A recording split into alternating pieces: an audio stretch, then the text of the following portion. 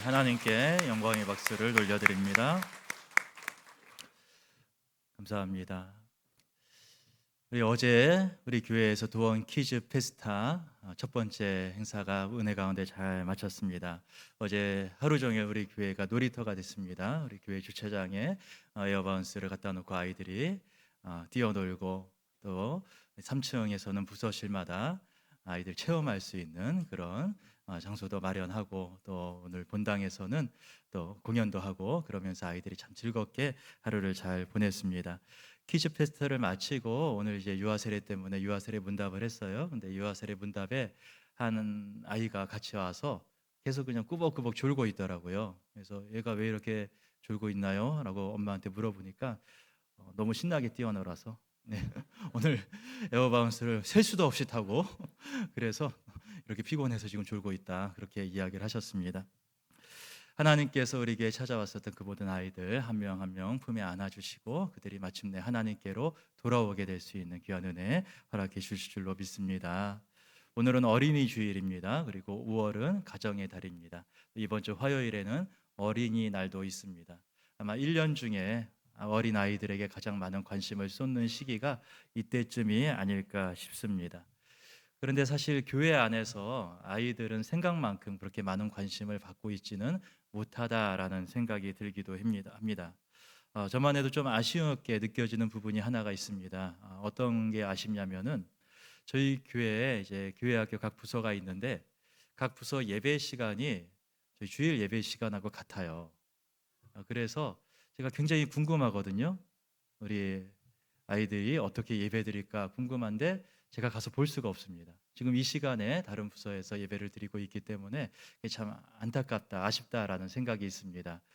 근데 뭐 제가 가면은 아마 교회학교 선생님들은 좀 부담스럽게 생각은 하시겠죠? 네. 그렇긴 하지만 그런 부분이 좀 아쉽기도 해요. 우리 교회에서 예배 중에 어린 아이들과 같이 예배를 드리는 경우가 간혹 있는데, 그런데 그런 때가 되면은 좀 아이들한테 좀 시선이 많이 가기는 하지요. 아이들이 좀 부산스럽기도 하고, 좀 시끄럽기도 하고, 예배에 좀 방해가 되기도 하고, 그런 부분이 없잖아 있는 것 같기도 합니다. 그래서 한편으로는 교회가 아이들에게 얼마나 많은 관심을 갖고 아이들을 얼마나 배려하고 있을까, 그런 생각들을 좀 하곤 합니다. 제가 우리 교회에서 주일날 예배드리러 오시는 분들을 이렇게 살펴보다가 좀 이상하다라고 느껴졌던 부분이 한 부분이 있습니다. 그것이 어떤 부분이냐면은, 좀 전에도 우리 유아 세례를 드렸지만 교회의 아이들과 함께 찾아오는 젊은 부부들이 계신데, 아이들을 데리고 올 때 유모차에 아이들을 태우고 오시는 분들이 많지 않더라고요. 저는 거의 못 본 것 같습니다. 대부분 다 아이를 안고 오시는 것 같아요. 그래서 저는 그게 좀 이해가 안 되는 부분이 있었거든요. 아이들과 함께 교회에서 예배를 드리면서 하루 종일 아이를 안고 다니시면 굉장히 힘들 것 같은데 왜 유모차에다가 아이를 태우지 않고 안고 오실까? 그게 좀 이상하다라는 생각이 들었어요. 그런데 그 부분들을 잘 보니까 이분들이 예배를 드리고 나서 교회에 계속 있는 게 아니고 바로 가시더라고요. 그러니까 굳이 아이를 유모차에 태우고 오지 않아도 되는 거예요. 아이를 안고 모자실이나 아니면 유치부실이나 여기에서 예배를 드리고, 그리고 교회에 계속 머물러 있지 않고 바로 가시는 겁니다.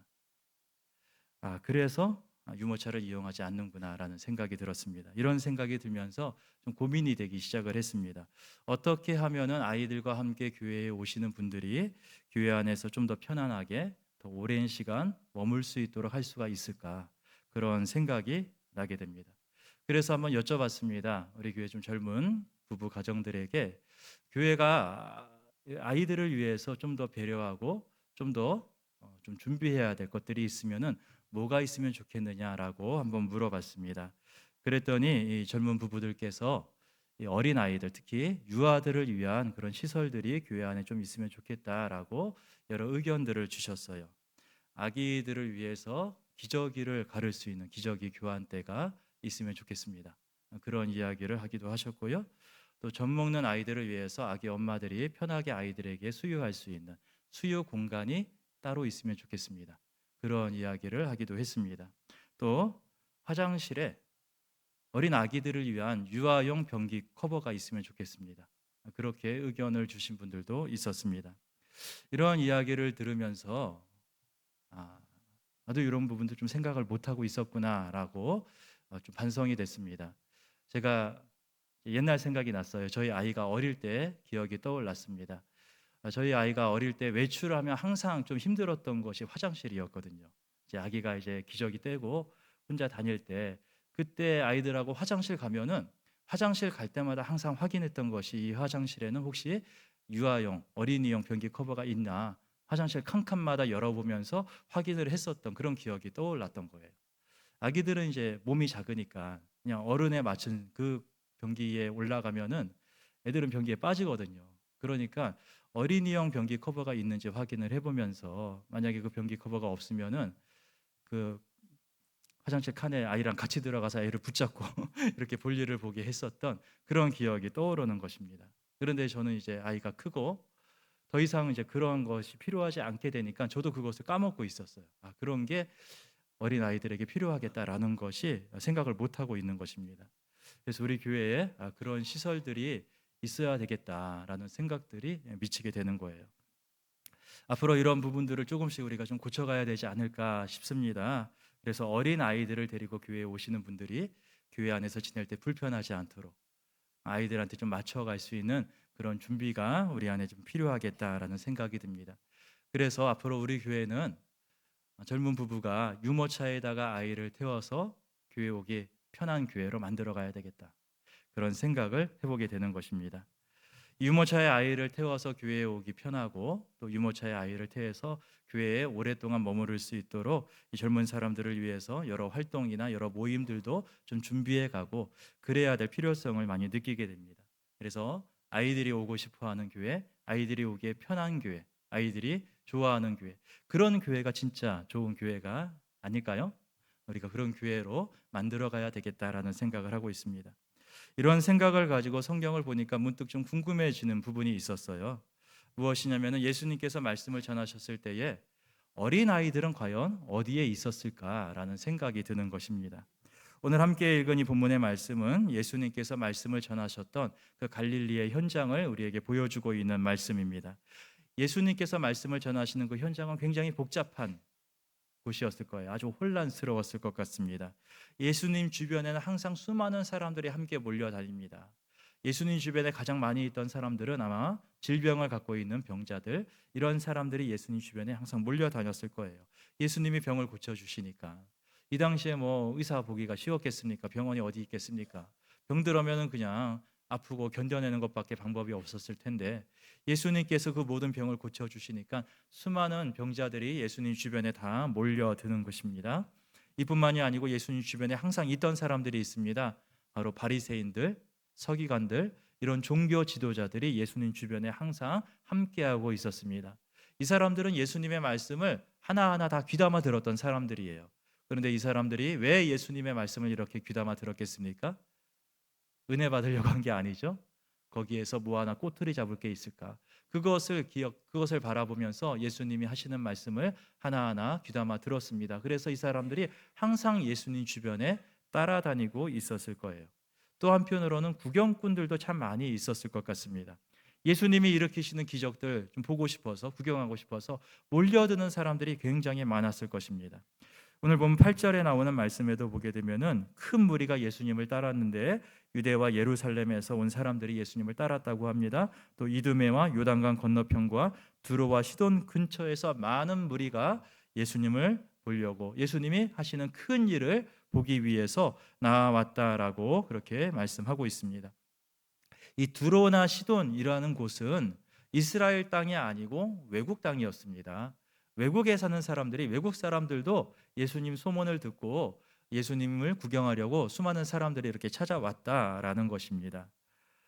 이 예수님 주변에는 이처럼 수많은 사람들이 몰려다니고 있었습니다. 마가복음 5장에 나오는 말씀 보게 되면은 혈류병을 앓고 있었던 여인의 이야기가 나와요.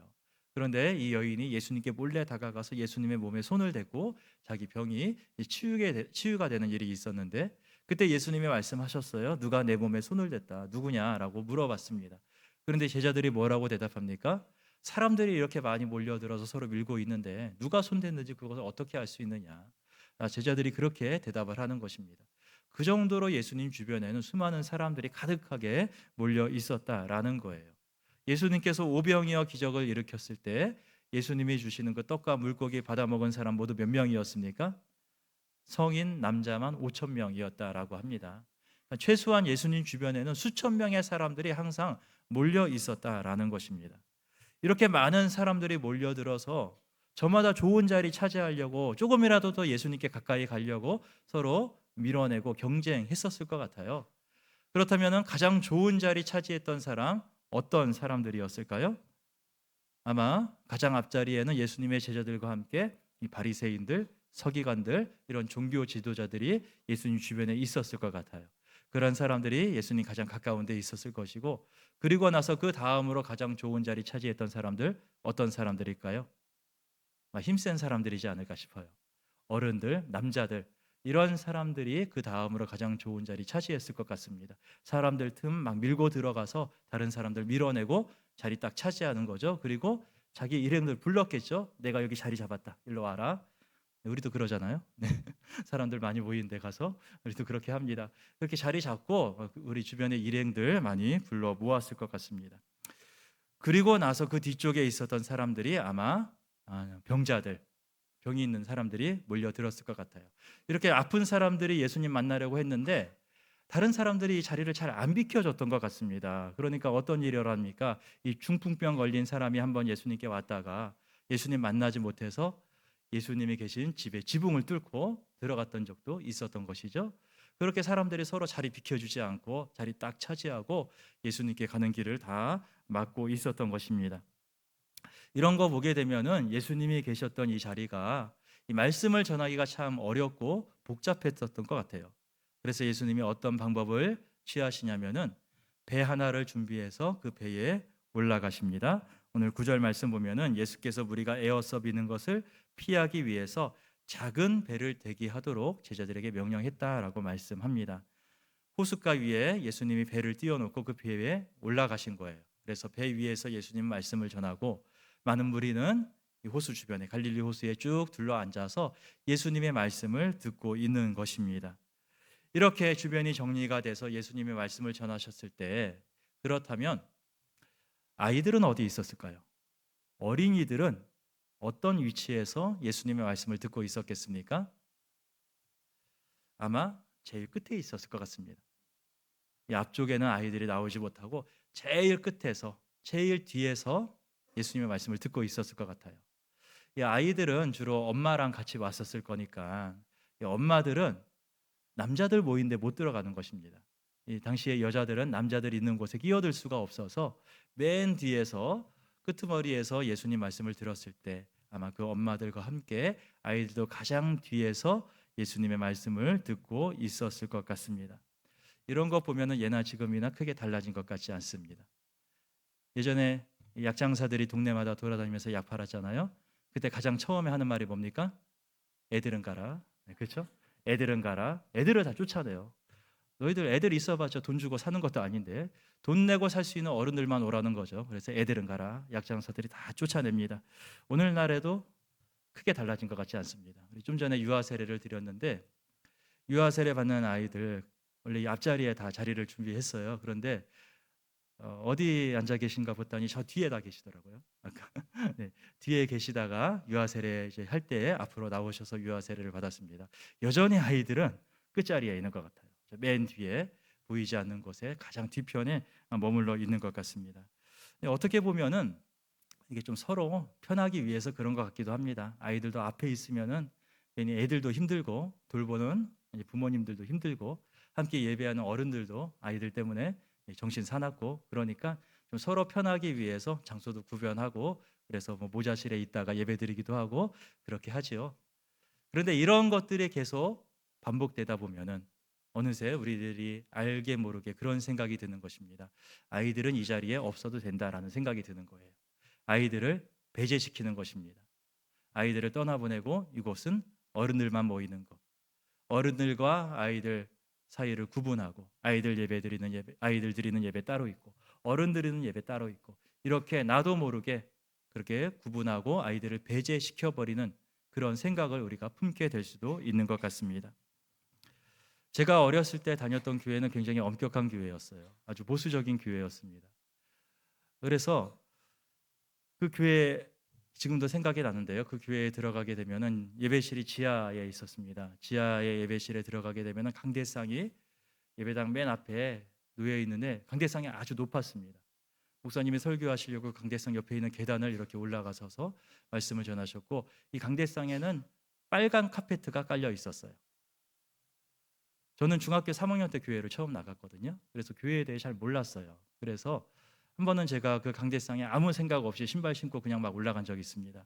어떻게 됐을까요? 혼났습니다.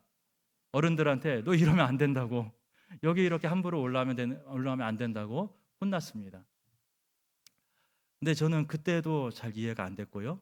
지금도 제가 왜 혼났는지 잘 이해가 안 돼요. 강대상에 올라가는 일이 혼날 일입니까? 지금 이 강대상이 뭔가 좀 거룩한 곳일까요? 다른 데하고는 구별되는 뭔가 신성한, 뭔가 좀 다른 그런 곳이 여기 강대상입니까? 교회 안에서 뭔가 다른 곳과는 구별되는 거룩한 장소가 있다.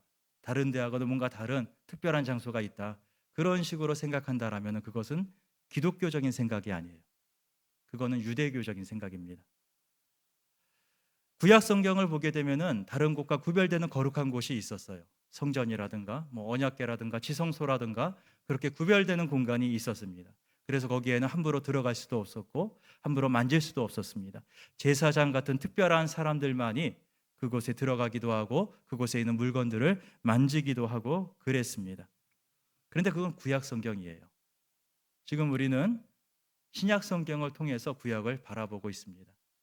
예수님의 계시가 정확하게 드러나고 있는 신약의 말씀을 통하여서 구약의 말씀을 오늘 우리가 바라봐야 한다라는 것입니다. 그렇게 예수님의 십자가의 은혜를 통해서 구약 성경을 바라보게 될 때에 다른 무엇과 구별되는 거룩한 공간, 거룩한 장소라는 것은 더 이상 없는 것입니다. 예수님은 거룩함과 부정함의 경계를 허물어뜨렸습니다. 예수님께서 십자가에 달려서 못 박혀 죽으셨을 때에 그때 성전 안에서 어떤 일이 일어났습니까? 지성소와 성소를 가로막고 있었던 휘장이 둘로 쪼개진 거예요. 하나님께서 쪼개신 것입니다. 더 이상 거룩함과 부정함의 차이가 없다라는 것입니다. 예수님의 십자가의 은혜 아래에서 예수님의 십자가의 보혈이 우리의 모든 부정함을 다 씻어내고 우리를 거룩하게 만들어 주신다.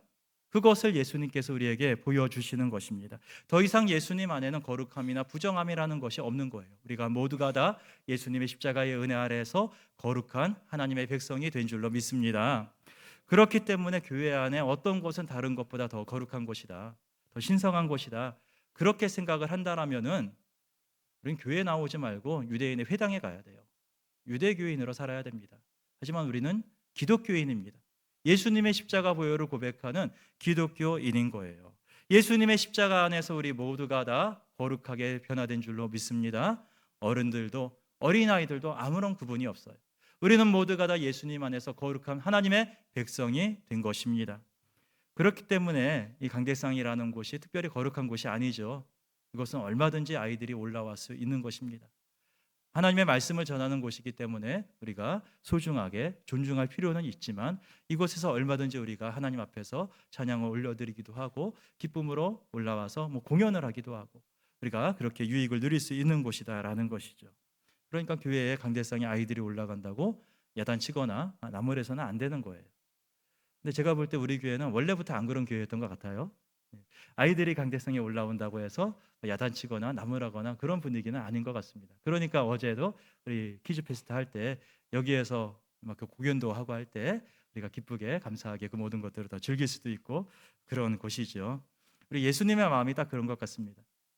아이들이 즐겁게 뛰어놀고 아이들이 즐겁게 노래하고 그런 거 바라보는 것이 예수님도 무엇보다도 기쁘셨던 것 같아요. 예수님께서 이 배 위에 올라가서 말씀을 전했을 때 아마 어린 아이들은 저 끝에서 맨 뒤에 있었을 것 같아요. 그런데 예수님의 시선은 항상 맨 뒤에 있었습니다. 앞에 있는 것이 아니고 저 뒤에 가려져서 보이지 않는 사람들, 예수님은 항상 뒤쪽을 바라보셨던 분입니다. 그래서 예수님은 그런 사람들에게 일부러 찾아가셨습니다. 예수님은 나병 환자 같은 사람들, 이 공동체에 참여하지도 못하고 사람들 뒤에 숨어 다니던 그런 사람들에게 예수님이 찾아가셨어요. 예수님은 죄인이라고 손가락질 받던 그런 세리들에게 찾아가셨습니다. 그들을 만나 주시고 그들과 함께 하나님의 은혜를 나누면서 그들에게 찾아가셨던 이런 예수님이셨던 것입니다. 제자들은 예수님한테 아이들이 나오는 것을 가로막기도 했어요. 그런데 예수님 뭐라고 하십니까? 어린 아이들이 내게로 오는 것을 금하지 말라라고 하셨던 것입니다. 어린 아이들 한 명 한 명 축복하셨고 어린 아이들을 위해서 기도하셨던 분이 우리 예수님이셨던 것입니다. 아마 여기 갈릴리 호숫가도 마찬가지였을 것 같아요. 가장 맨 앞에는 바리새인 같은 사람들, 그리고 힘센 어른들 이 자리를 차지하고 있었겠죠. 어린 아이들은 저 맨 뒤에서 보이지도 않는 곳에서 자기들끼리 막 뛰어놀고 막 그러고 있었을 것 같아요. 그런데 예수님은 그 아이들 한 명 한 명 흐뭇하게 미소 지으면서 바라보셨을 것 같습니다. 이런 일이 하나 더 있었으면 좋았을 텐데, 근데 이 갈릴리 호숫가에서는 그런 일은 일어나지 않았어요. 어떤 일이냐면은 앞자리를 차지하고 있던 어린들이 자리를 비켜주면서 아이들한테 얘들아 이리로 와라, 예수님 앞에 나와라, 그런 일이 있었으면 참 좋았을 것 같은데, 그런데 이 갈릴리 호숫가에서는 한 사람도 자리를 비켜주는 어른들이 없었던 것 같습니다. 그래서 아이들은 맨 뒤에서 예수님께 나오지 못하고 저 뒤에만 머물러 있었던 것 같습니다. 우리 교회는 어떨까요? 우리 교회는 이 아이들이 예수님 앞으로 나아올 수 있도록 어른들이 자리를 양보해 주는 그런 교회입니까?